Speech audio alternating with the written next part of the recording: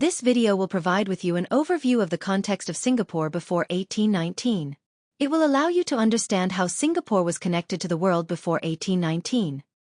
The Spice Trail and the rise of maritime kingdoms. Imagine a long, winding road across deserts and mountains. This was the Silk Road, connecting ancient China to Europe. But traveling on the Silk Road was dangerous and slow. Traders started looking for a faster way. By sea. Southeast Asia, as you can see in this map, circled in pink, with its many islands and coasts, became a key part of this new maritime trade route. Ships carrying spices, silk, and precious goods sailed through these waters, connecting India and China. So, you must be wondering how Singapore fits into the picture. Singapore was the crossroads of the sea. Right in the heart of this busy sea route lies a small island, Singapore.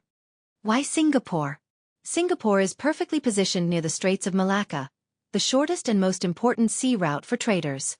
It's also where the monsoon winds meet, making it easy for ships to sail both north and south depending on the season. A trading hub is born. By the 14th century, Singapore had become a bustling trading port. The fall of the powerful Srivijaya Empire shifted trade northwards, and Singapore's strategic location made it the new center of activity. However, the 15th century was a time of change and challenges for Singapore. Good times didn't last forever. This was due to these three reasons. Firstly, climate and economic shifts. Changes in China's climate and economy reduced their demand for some goods, affecting trade with Singapore. Secondly, external threats. Powerful kingdoms like Majapahit and Ayutthaya posed a threat to Singapore's security. Thirdly, the rise of Malacca. The nearby port of Malacca grew in importance, attracting more traders. Hence, with the rise of Malacca, Malacca overtook Singapore as the center of trade for traders in the 15th century. From the 16th century, a different challenge confronts Southeast Asia. The arrival of Europeans and the weakening of Malacca.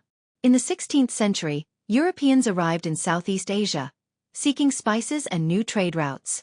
The European powers who had interest in Southeast Asia were mainly the Portuguese, the Dutch, and the Spaniards. The Portuguese conquered Malacca, weakening its power. With the fall of Malacca, a new Malay Sultanate, Johor, emerged. Singapore revived some of its trading functions that had been lost during the period of Malacca's dominance. From the mid-17th century, the Dutch replaced the Portuguese as the dominant power in Southeast Asia.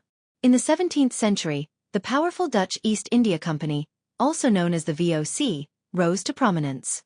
They aimed to control the lucrative spice trade and establish dominance in the region. To achieve this, the VOC captured Malacca from the Portuguese in 1641, disrupting the traditional trade routes through the Straits of Malacca.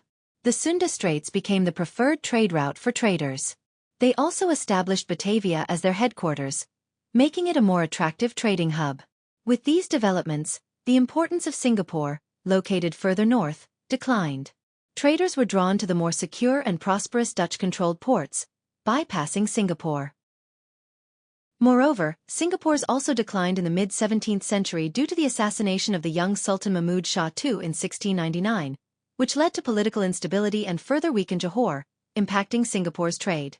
This shifted the capital of Johor Sultanate to Riau Islands.